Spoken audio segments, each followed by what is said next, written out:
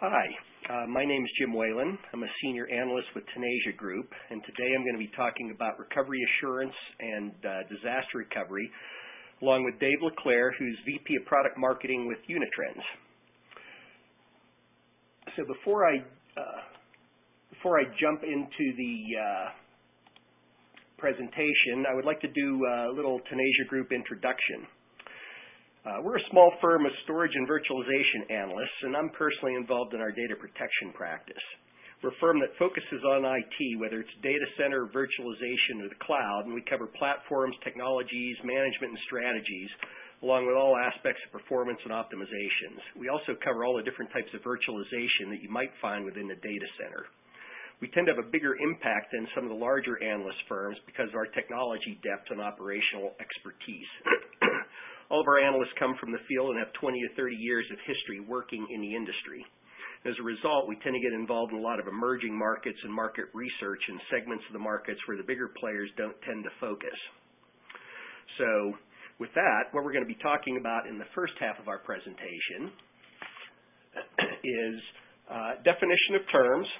So we're all talking about the same thing. Then we're going to look at the full range of DR solutions that we can take before we segue into recovery assurance and its implications and delivery issues. And then at that point, I'm going to turn the presentation over to Dave to introduce Unitrends, and he'll walk you through a real-world portfolio and solutions to some of the pain points that exist here. And then finally, we're going to leave some time for Q&A at the end of the presentation. And I would like to remind everyone that you don't need to wait until we're done talking to queue up a question. Just use the question button on your screen to submit while we're talking, and then we'll get to the list when we're done presenting. Okay, so importance, business continuity, DR, what are they?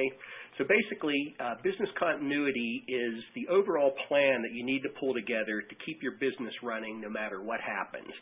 So that means, any day-to-day glitches that might occur, things like sudden personnel changes, somebody quits or leaves for some reason, all the way up to natural disasters. It basically covers the whole spectrum of things.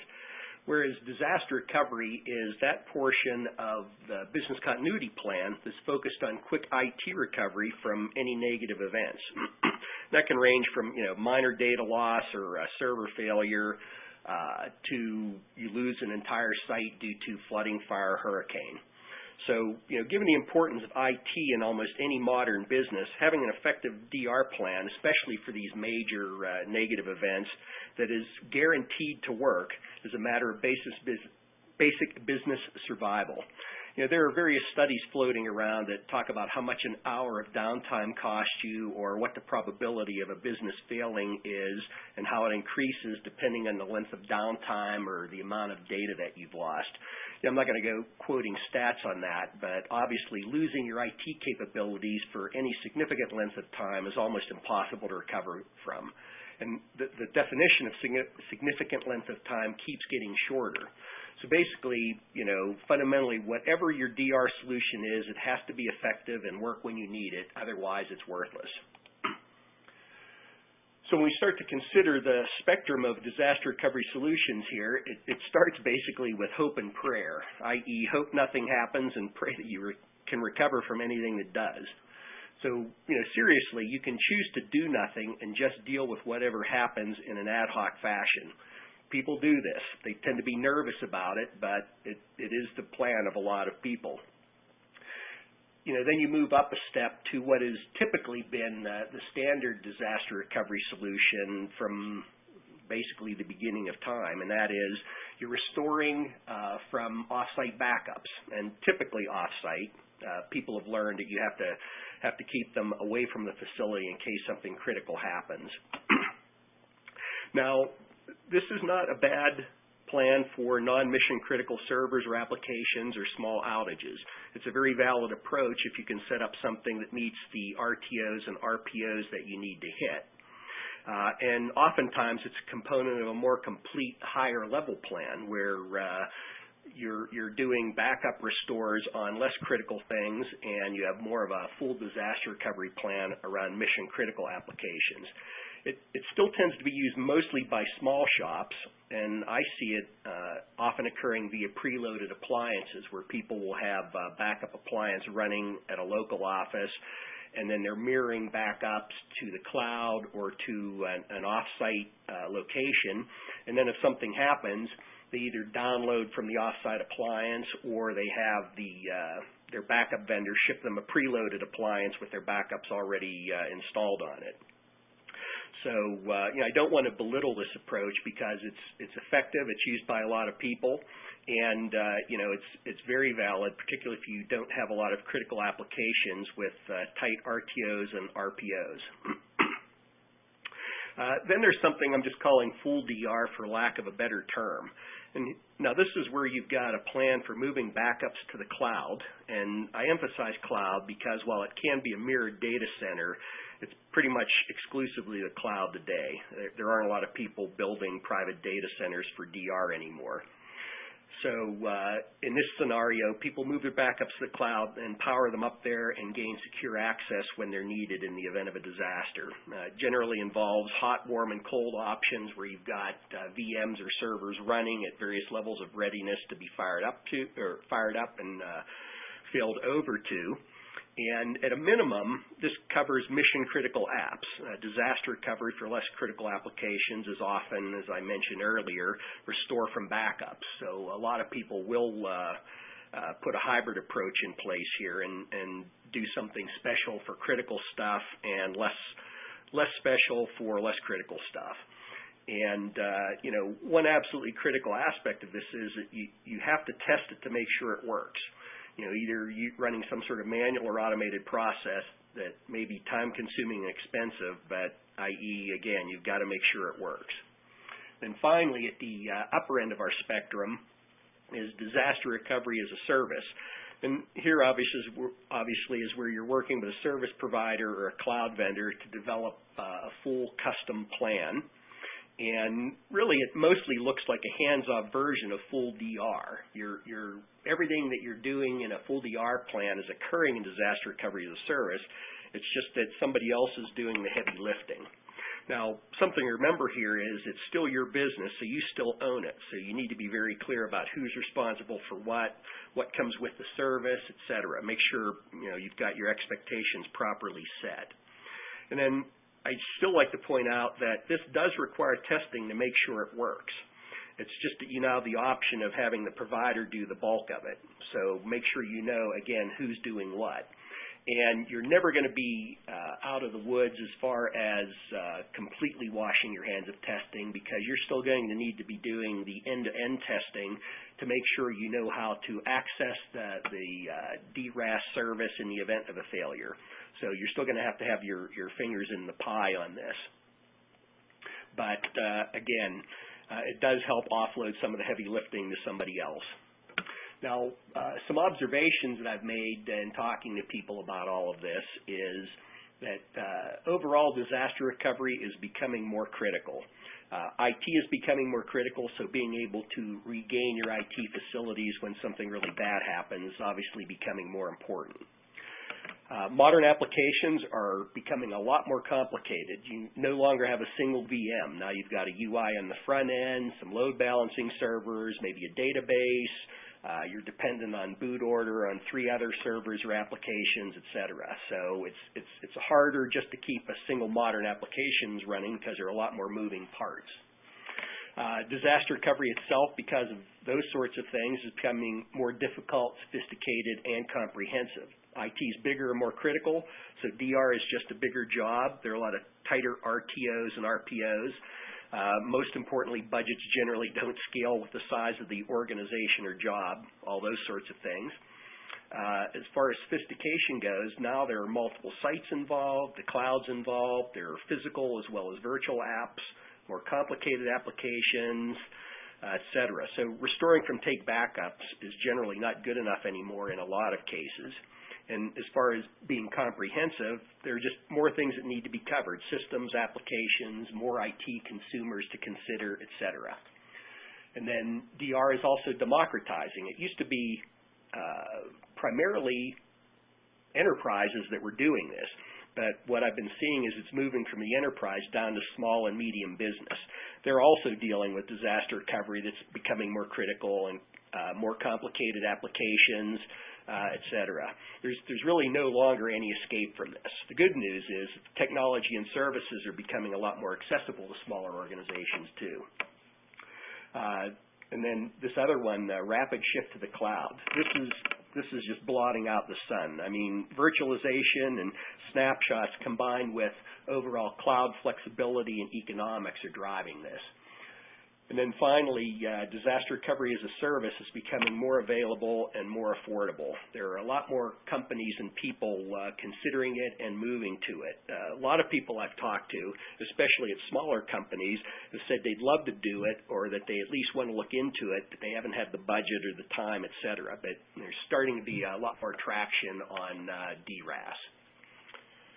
So Dave, I've been rattling on here for a while. Do you have anything to add to this list? Have you seen or heard anything different from your customer base that I haven't touched on here? No, I think your list is pretty comprehensive. I mean, as we talk with our customers, it's very clear that we're very much in a digital world. Their data and applications are the lifeblood of their business.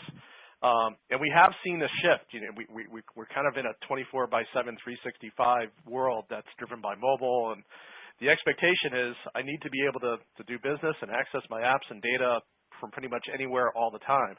So that tolerance of downtime, which a few years ago was limited to financial and other businesses that kind of had regulatory requirements around making sure that they were up all the time. That's really shifted. Now every business, small business, large business, across a wide variety of verticals, really are dealing with the same challenges of how do I protect myself? How do I make sure that my business stays up and running? And I can go home at night and sleep and not have to worry about what's going on out there. But what we find when we talk to some of our customers is they don't really realize some of the enhancements that have taken place in the space in the past couple of years.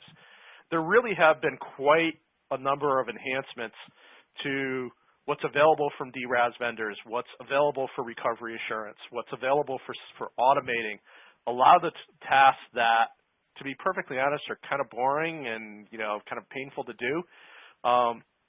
But there's better ways of doing things than there were even 5 years ago. And what we find is as we expose customers to those solutions, some of it becomes kind of a no-brainer. It's like, oh, I didn't realize I could do it. That is much easier. I didn't realize that was actually going to be less expensive than what I'm doing right now, and it actually gives me more protection. So that's the thing that I find when I talk to customers kind of far and wide is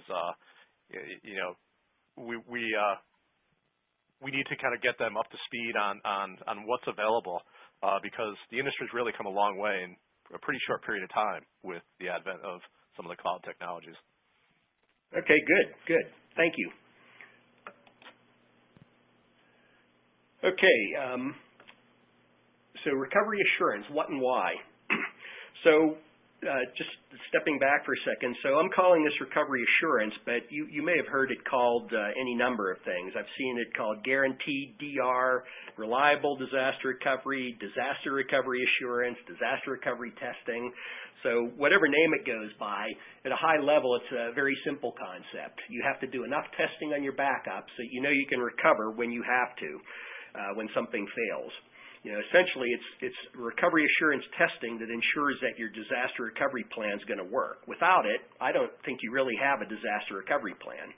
And the thing to remember is that the devil is in the details here. At a high level, it's simple, but there are a lot of things to consider, as we'll talk about in another slide or two.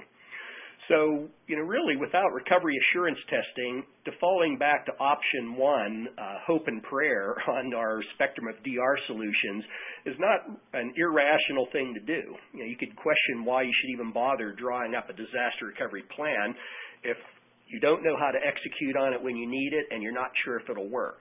It's a relatively involved and costly activity to just roll the dice on.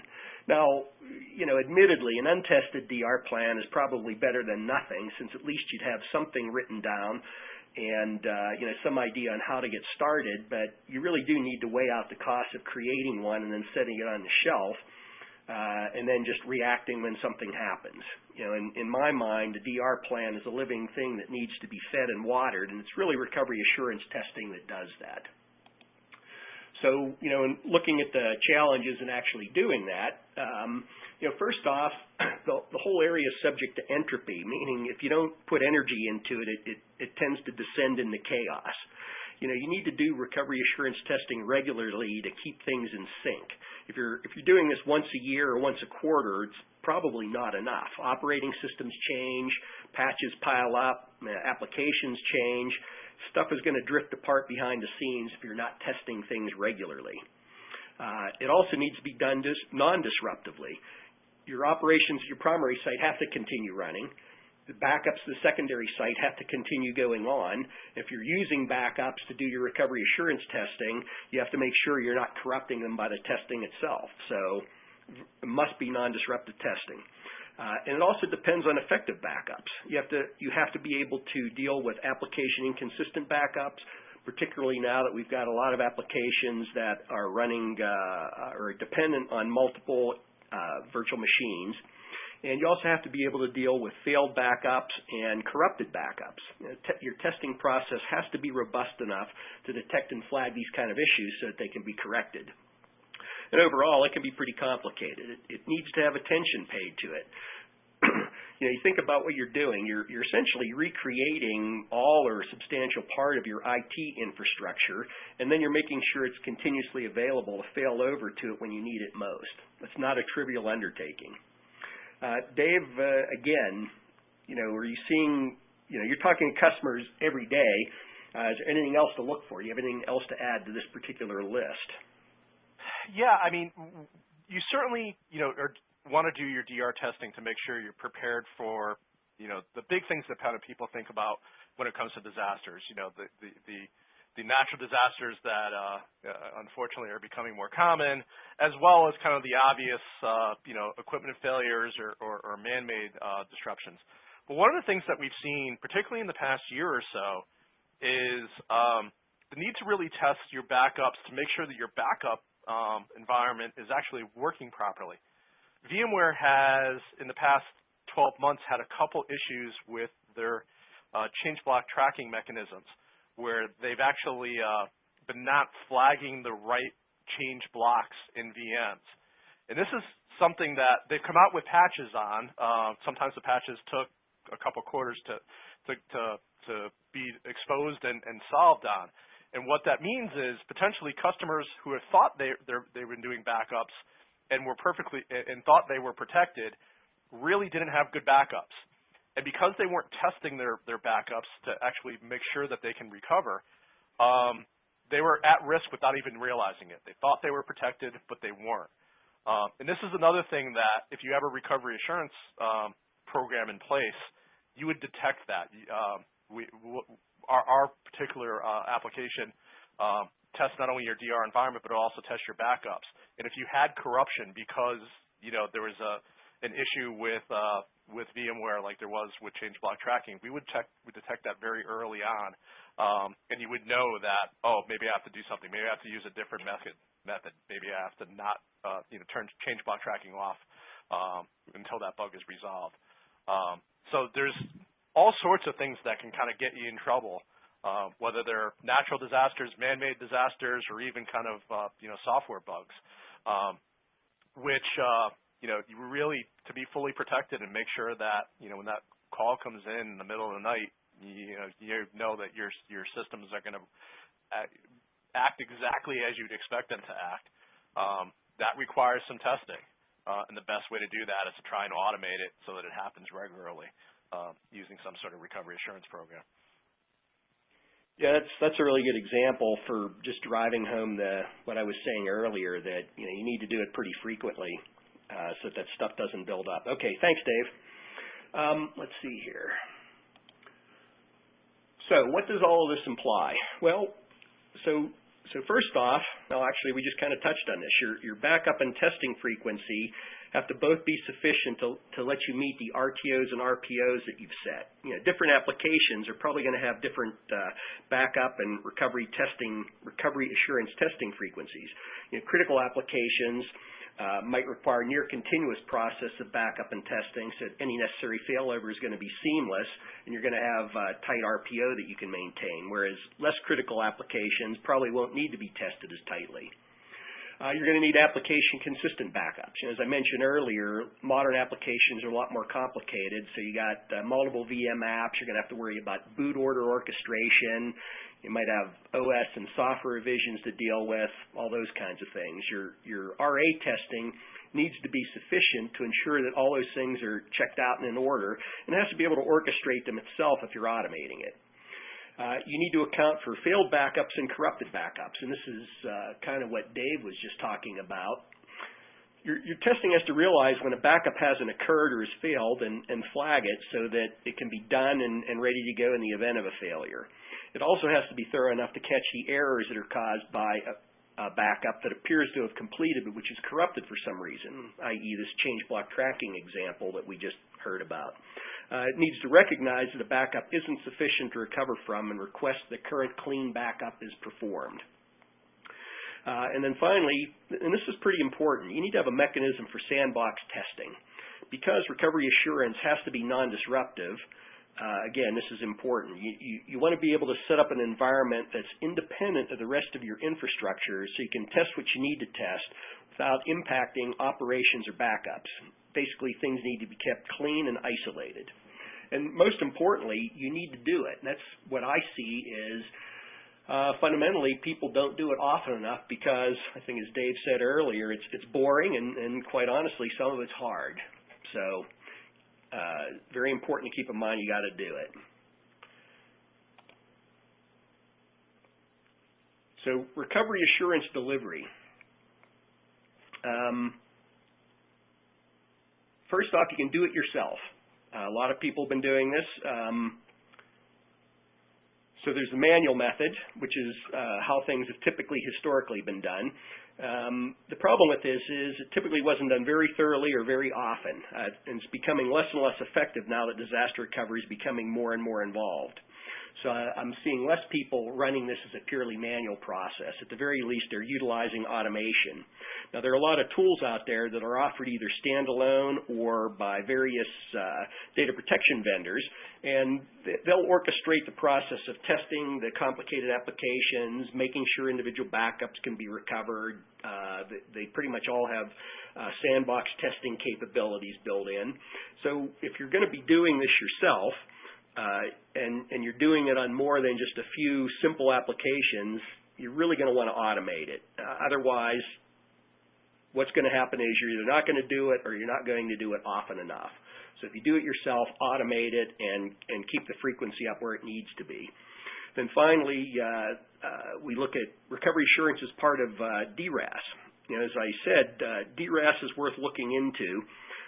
There are more and more established vendors. They've got the expertise because they're doing it every day. You get some risk reduction out of it because since they have the tools and expertise and they're under contract to do the testing and do the recovery, they're making sure that it's getting done on a pretty regular basis. And another thing to think about here is if you're going to go with disaster recovery as a service and take advantage of the recovery assurance testing that they do, you can do it selectively. You can choose to move your critical applications to a DRaaS vendor and let them take care of the recovery assurance testing on them, and you can take care of the rest, the less critical things on your own. So there is a way to kind of take a half step towards moving to disaster recovery as a service. And again, it's worth a close look. You're going to pay for the privilege of not having to do some or all of it yourself, but given how important it is to make sure your DR plan is going to work, it's certainly worth considering. You need to look at what it takes you internally to do the required amount of testing, cost that out, bid it out to some disaster recovery providers. If nothing else, that self-assessment is going to be valuable because you're going to be forced to take a close look at whether or not you're really doing enough to ensure that your DR plan is going to be there when you need it. So at the very least, I'd recommend bidding it out to get a better handle on kind of where you're at. So that concludes what I want to talk about, and at this point I'm going to turn it over to Dave, and he can give us an overview of what Unitrends offers, some more of his thoughts on the topic of RA. Dave, it's all yours. Great. Thanks, Jim. You bet. You cycle to the next slide here. Is it up? It is up. Okay.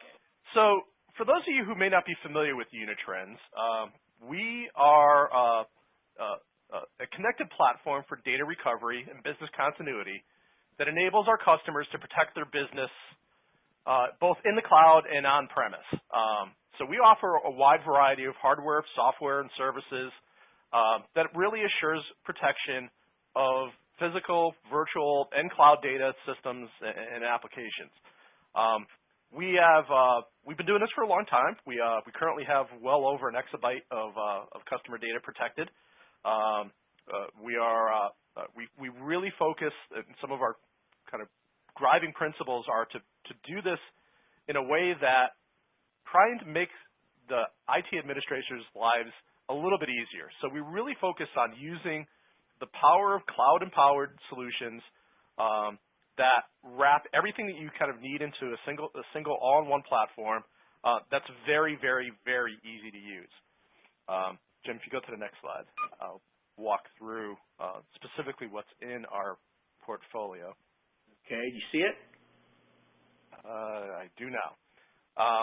So Unitrends has basically two options for local backup and recovery and instant recovery.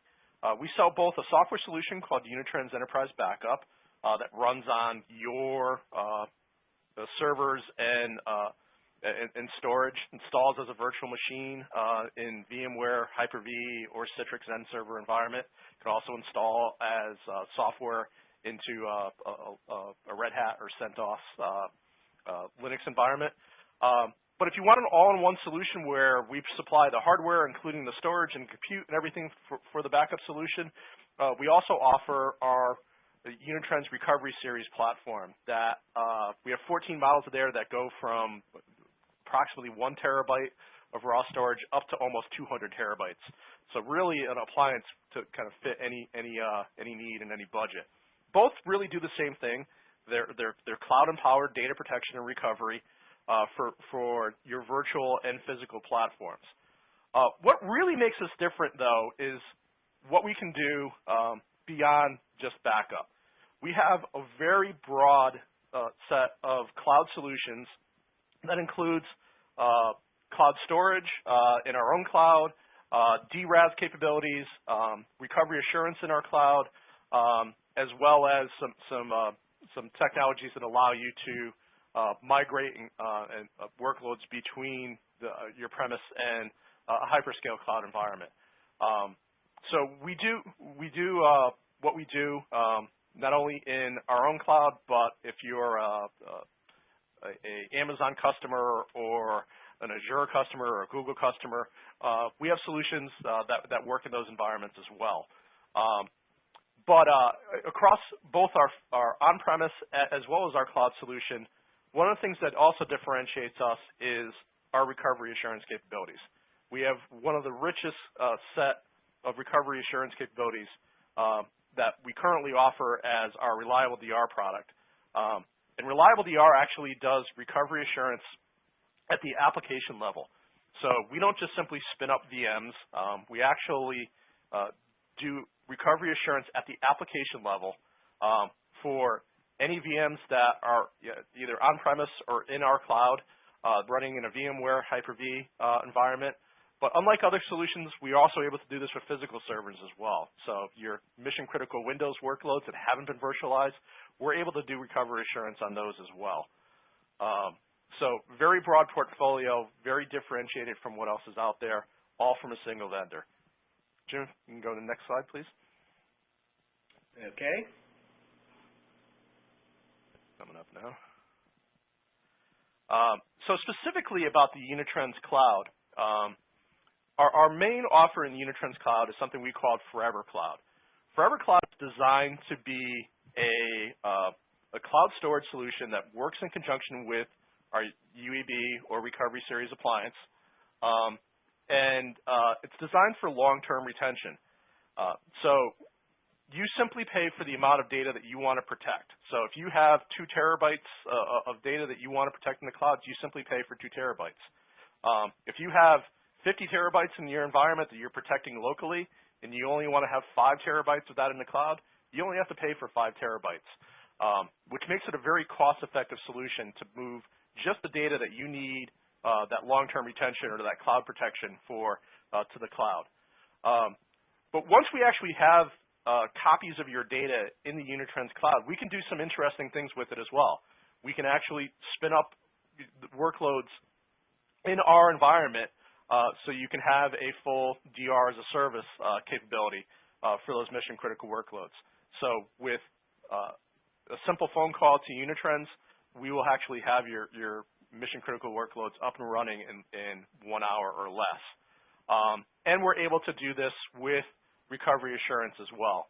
So we will automate the testing of that environment. We'll send you regular reports that not only have done all the recovery assurance testing, but you get a report in your email inbox that shows you exactly what your RPO and RTO is for each application and comparing it to what your RTO and RPO objectives were.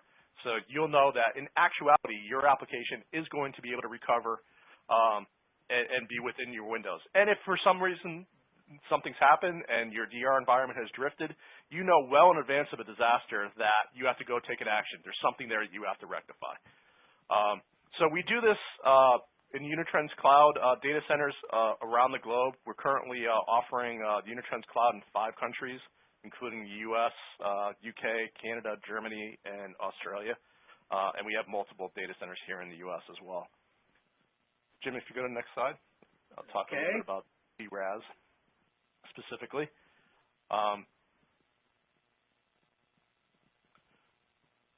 Actually, this is talking a little bit more about the cloud options that we do have. As I said, if you're interested in working with a third-party cloud, we're able to move your data into those clouds as well.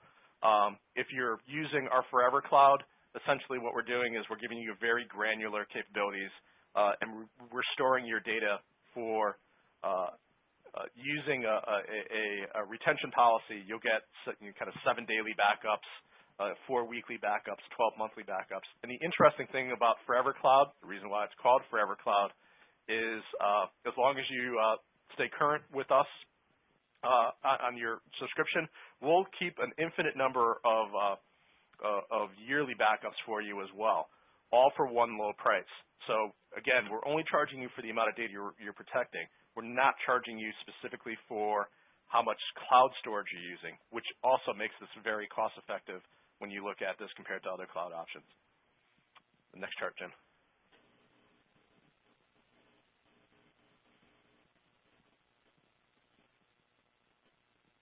Yeah, our DRaaS offer, as I said, allows you to spin up your critical workloads in our cloud so you can actually be protected against any catastrophic failures.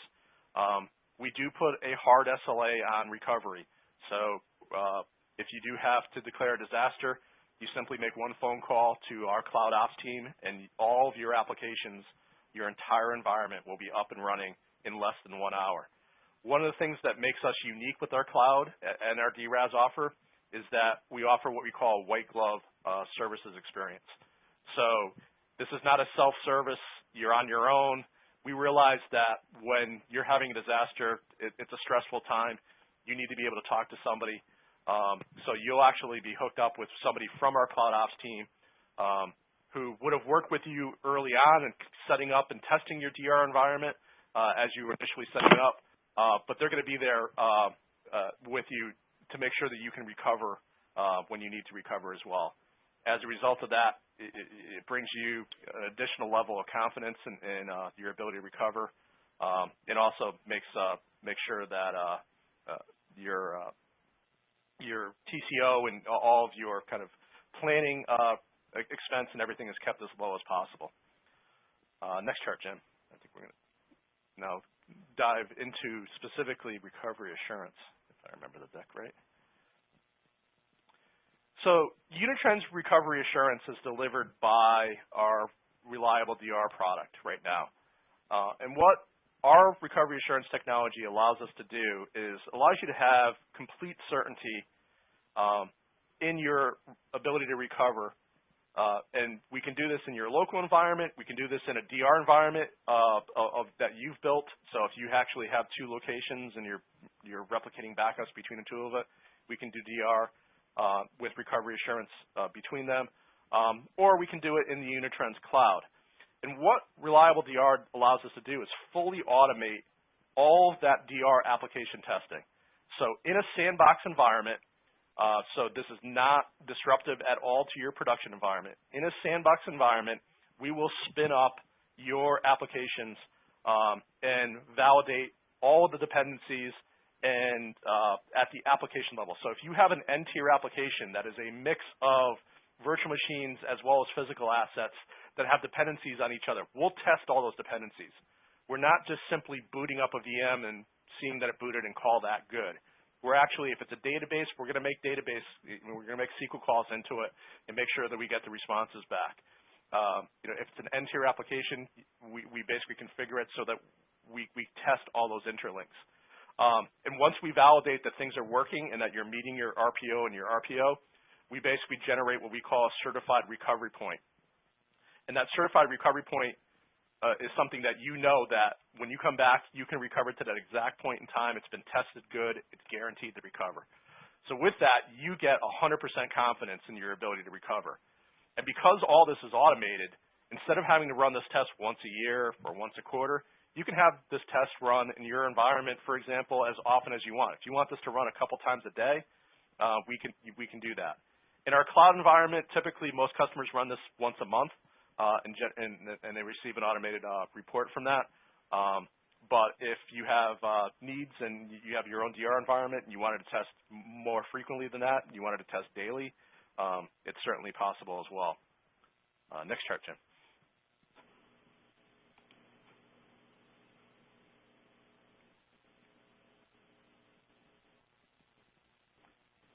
So, and the key to our recovery assurance is that we are delivering proof. I think if you click one more time, it'll actually blow this up a little bit. What we're actually delivering is a report to your inbox that shows on, well, maybe not. Yeah, I went back. What this does is we deliver a report to your inbox, so you don't have to do anything. You get this report delivered that actually shows on a per application basis what your RPO objective was, what your RTO objective was, and what we actually tested in actuality, what we call your recovery time actual and recovery point actual.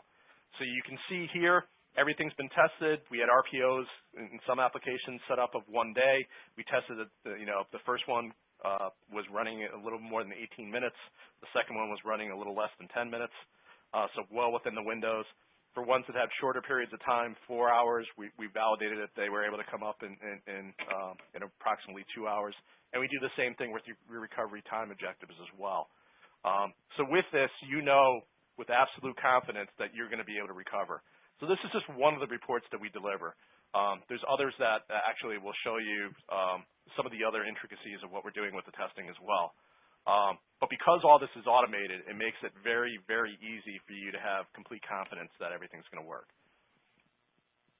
I think that's it, Jim. I think we're going to wrap up and talk Q&A from this point. Okay, well, we have four questions so far, so that's great. So first off, what's normally a pricing model for DRaaS?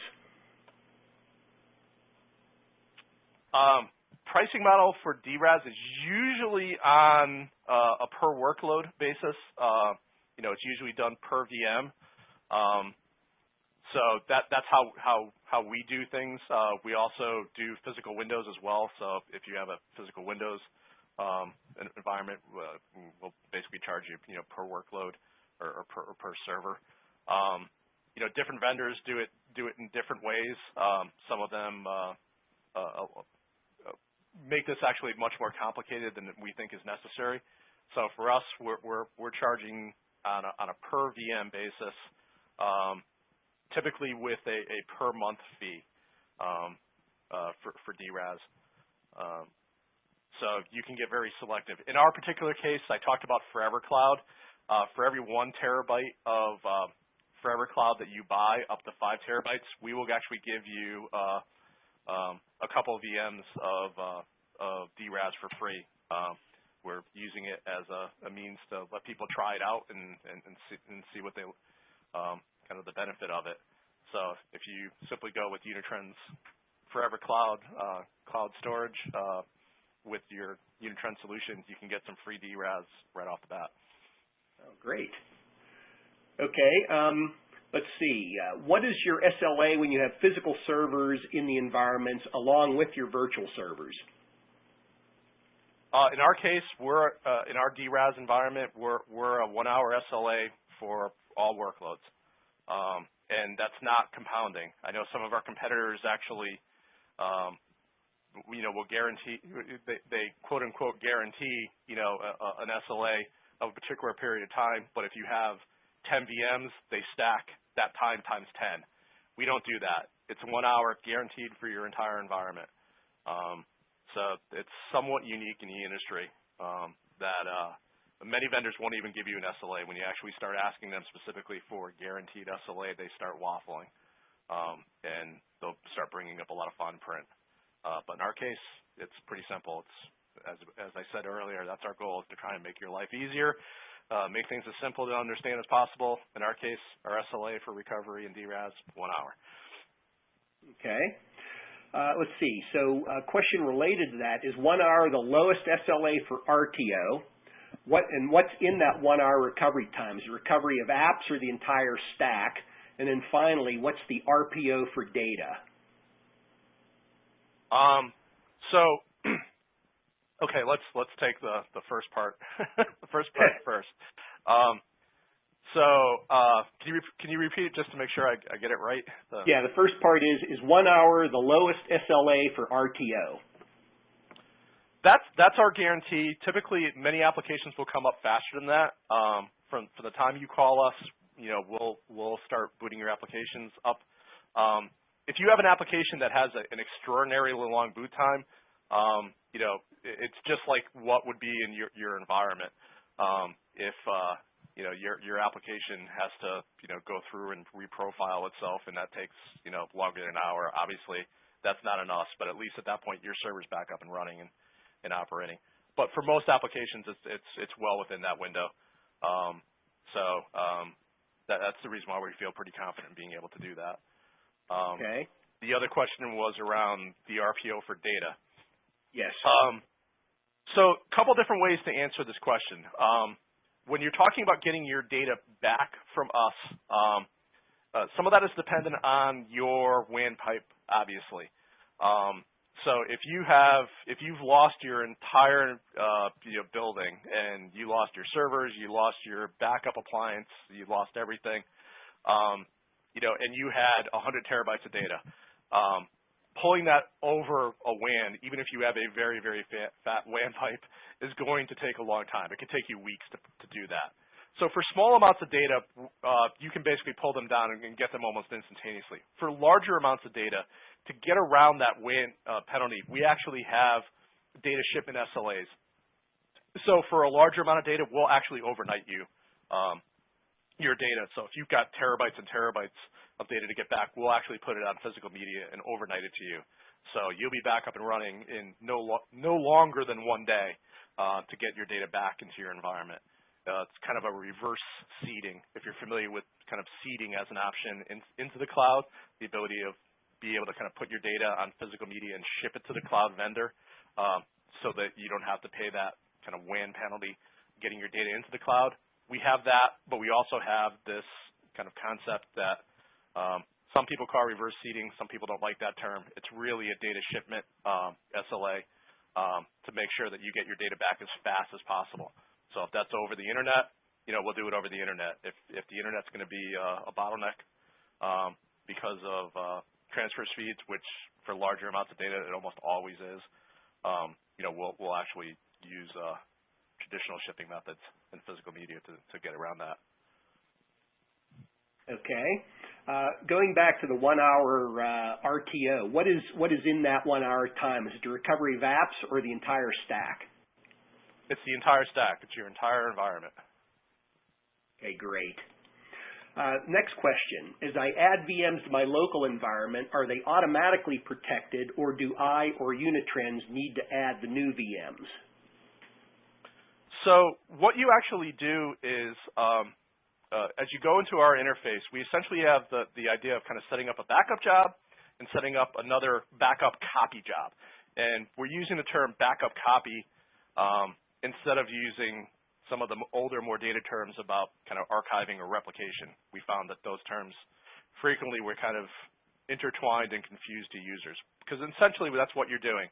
You're moving copies of your data to the cloud. So when you set up your backup job, you can also set up a backup copy job. So we'll send whatever, and as you do that, you can also set up, which VMs, what data you actually want it, whether it's files or VM snapshots or whatever. And you could also set up the frequency of how often you want to actually go, whether you want that to go, a couple times a day or once a day at the middle of the night. Just like you'd set up your backup schedule, you can set up your backup copy schedule that will move your data to the cloud.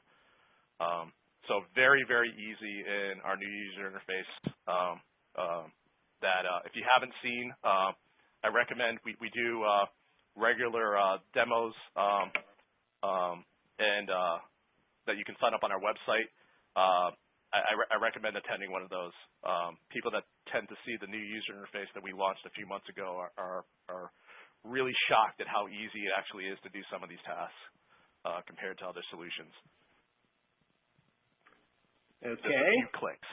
It's literally just a few clicks to basically set up all these tasks. Great. One last question here, Dave. Are Unitrends public clouds based on VMware and or Hyper-V? We do both.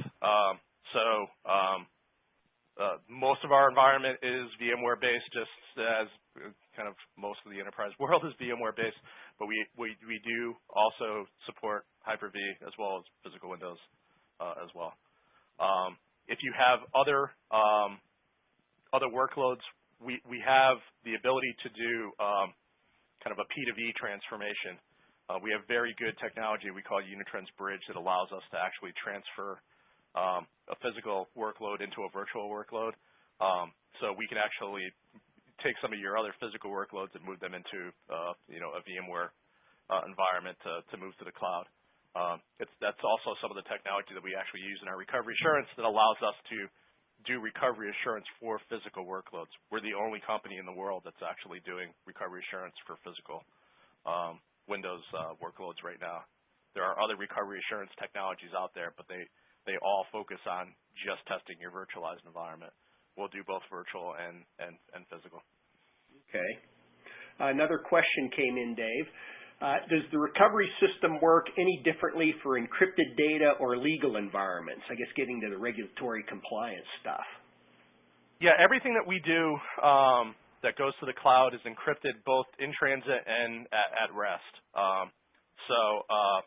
And we do have customers that have regulatory requirements for HIPAA or PCI or any of those things.